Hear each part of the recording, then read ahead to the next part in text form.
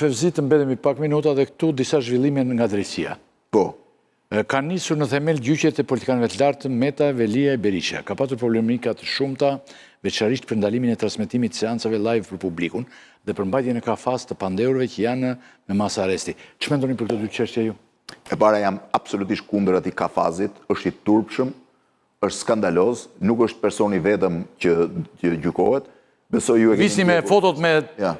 Kjo është e patolerueshme. E para, Ilir Meta është ish president, ish kryeministër, ish kryetar kuvendi, ish zëvendës kryeministër, ish ministri i jashtëm dhe ministër në disa portofolë në Shqipëri.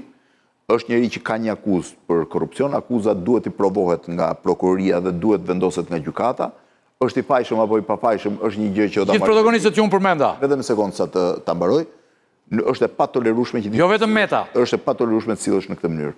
Besoj ju e keni ndjekur gjyqin, kur ish presidenti i Francës Nicolas Sarkozy u shkoi për në burg, së bashku me bashkëshorten për krau, takoi, e njëjta kjo ishte pak më pak sepse ishte çështje gjykatën administrative, ku ishte nuk ishte në SPAK. Kështu që unë mendoj ky kafazi është i patolerueshëm, njerëzit kanë personalitet e tyre, as janë kriminal të rrezikshëm, as janë njerëz që përbëjnë në një kërcënim për sigurinë publike, nuk kam pse mbahen aty. E dyta, unë kam dhe një bindje tjetër. Për transmetimin live FZ për Për transmetimin live jam. Po të diku një sot, shiko sa e turpshme ishte.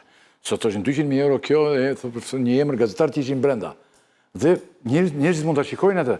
Kur ka interes të madh publik. Nëse më pyet mua për ta mbaroj, unë jam çdo transmetim të bëhet live. Duhet pa ligji, por këtu ka një gjë sepse vazhdimisht ma nxjerrin këtë ligjin. Ligjin e bëjnë njerëzit dhe po këta njerëz janë në parlament mund mblidhen mund ta bëjnë. E treta, unë kam pasur gjithmonë bindjen që ndëshkimi paraprak, pra futja në burg, derisa me përjashtim të rasteve kur përbëjnë kërcënim real për provat dhe për procesin, nuk e pse i mban në burg, ti do t'i mbash siç u gjykua Semir Tahiri, në fund fare doli fajtor dhe shkoi nga gjykata, shkoi direkt në burg për të kryer dënimin e tij. Ndërkohë, nëse do ta kishin arrestuar paraprakisht, do kishte dalë në atë ditë në gjykatë dhe do kishte marrë edhe ca para dëm shpërblim. Shko si bisedon Meta aty me avokatin. Me avokatin, një xham të vogël, e? Po, pra, po. Ja një kuadrat i vogël. Asë mes jetë së besoj se ka nuk ka sens, nuk ka sens.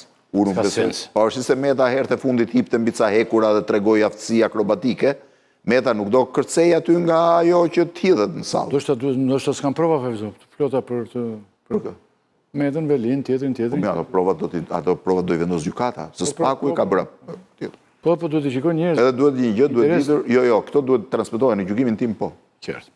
Kemi dhe një gjë tjetër, Fevzi, gjatë një seance në gjykatën administrative, ku Erion Velia i ka çuar prokurorin Orsi Dado, u paraqitën shumë aktor në mbrojtje të Veliajt. Aktor shumë. Një më shumë spikati Robert Ndrenika. Ja të ndjekim disa momente aty. Lutem regjia shpejt.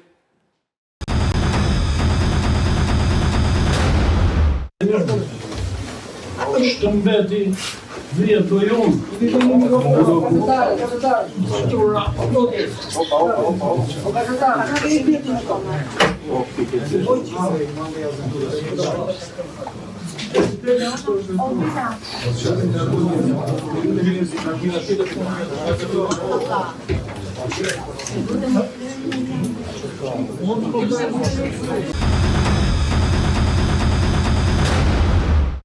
Ja, për këto pamje, për shumë Fevzin e veçuam, sepse është një aktor gjigant. Me përmasëm tha që edhe ti dhe unë e respektojmë, të gjithë e respektojnë, gjithë populli shqiptar, se duke si një propagandë. Aktorët, këta aktorë, për shumë nuk paraqiten në gjyqin e Veliajt, a i zvete as vetë, po vete në gjyqin ku akuzohet për korupcion Orsi Dado. Tani, Orsi Dado vajti aty tani dhe i tha ta bëjun burgun. Po s'ka burg, nuk dënohet Veliaj për Orsi Dadon. E para njerë që Robert Ndrenika mund të shpret deklarata pro Erion Velis dhe në mbështetjet e Erion Velis është normale është zgjedhja e tij. Zgjedhja e një teatri të tillë në gjykat, në gjykimin tim është e papranueshme. Ngjan si një cop filmi Kinostudios Shqipëria e Re dhe pa sens. Është e drejta e Robert Ndrenikës të mbajë qëndrim, është e drejta ti, njerëzit mund ta gjykojnë se ti kur mban qëndrim edhe ju, nëse flisni këtu kundër Berishës apo kundër Ramës, njerëzit ju gjykojnë pro apo kundër. Në qoftë se mban, e ke videon, do të thënë, dhe ti thuash që unë do vi të bëj burgun në vendin tënd, nuk është normale, sepse burgun e bën personi në burgjet shqiptare nuk ka bedel, burgun e bën personi që dënohet, nëse dënohet, se mund dalë edhe i pafajshëm. Dhe që kjo është pastaj një skenë, është e drejta ti të mbroj këdo, është e drejta ti të jetë S'ka dyshim, s'ka dyshim. Por duket si teatër. teatraliteti dhe skenat tilla nuk kanë... Dhe nuk ishin në gjyqin që ka Velia. Në gjyqin ku të Velia, ishte në gjyqin ndaj Në gjyq që nuk dënohet aty, nuk dënohet edhe në Veliu. Ka një problem, në SPAK nuk mund të hynë. Në SPAK nuk mund të hynë. Nuk mund të hynë në gjyqin e gjykatën. Nuk mund të hynë në gjyq. Ja. Po si ka mundsi? Po syhet, shkoti, hynë do të ta ndjekësh gjyqin e Ilir Metës. Gjykat. Të më thënë Velia e akuzohet për korrupsion, jo Olsi Dato. Po. Se unë duket e thash... Jo, në rregull. Nëse thash gabimon, si në rregull. akuzohet Dato. Në rregull. Në rregull. Pra thua si tani kjo është një si sfilat, që bëhet. Më është pas sen, sepse është e drejta e thash edhe një Robert Denis, dali konferencë shtypit, thotë që unë mbështes Erion Velin, e konsideroj të pafajshëm, dhe i pafajshëm duhet konsideruar derisa të ketë një vendim gjykate, po skenat të tilla Duhen kursyer. nuk i bëjnë mirë askujt. As Veliajt vetë. Fevzi përfundimisht tani si shkon ky halli ynë. Ja dhe po vajtën Bashkimin Evropian e të gjitha thua. Ky halli ynë ka një shprehje të vjetër të Fari Balliut që shpeshherë ju ma thoni, dhe besoj në thelb ky është, unë mendoj që po t'jeni... Se Fariu më mos e thuaj tha, se kam thënë unë tha, unë kam bërë 40 libra tha dhe ti nuk... Po t'jemi... Do shta ka thënë njëri tjetër, ha? Që në këto 36 vjet... Por ajo është shumë... Jo, s'ka rëndësi. Ta themi? Jo, ta themi me iniciale. Jo, s'ka gjë. Në këto 36 vjet, unë nuk kam pa një shoqëri... Si duken gjërat ta, me nder një më i madh dhe gjithë të mirat.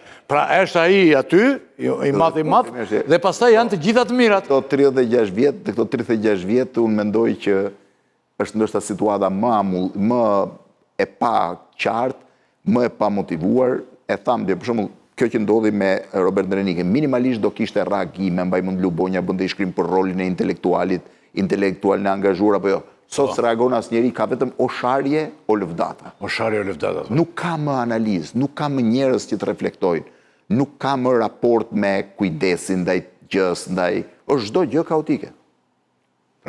Pra edhe duam dhe s'duam në Fevzi, kjo ka mbetur, duam ta themi me nder një më i madh dhe gjithë të mirat. Mbushur vendi me gjithë të mirat. Po mbi të gjitha është ai. Fevzi tani, unë mendoj që duhet të liroj unë ty tani, se ti do shkosh çfarë ke sot ti? Këtë çështje në Drenikës, po jo për të. Personalisht e kam raporti intelektualit në një shoqëri. Raporti intelektualit në shoqëri. Dhe si duhet sillet në shoqëri, ndikon, sepse për shembull shiko, po të marr një shembull i fundit. Intelektuali sa vjen dhe po forcohet në... Jo, po marr një tjetër. Për shembull, ka pasur intelektual të mëdhenj, të cilët kanë pasur probleme reale me fëmijët e tyre, për shembull. Prindit e fëmia ka dashuri të pakushtëzuar. Fëmia mund të jetë vrasës, fëmia mund të jetë trafikant, prindi e do se ka fëmijë, kupton? Por ama ka pasur njerëz të cilët duke shprehur njëkohësisht dashurinë për fëmijën me të gjithë mbështetjen e tyre, kanë gjykuar gjestin e fëmijës.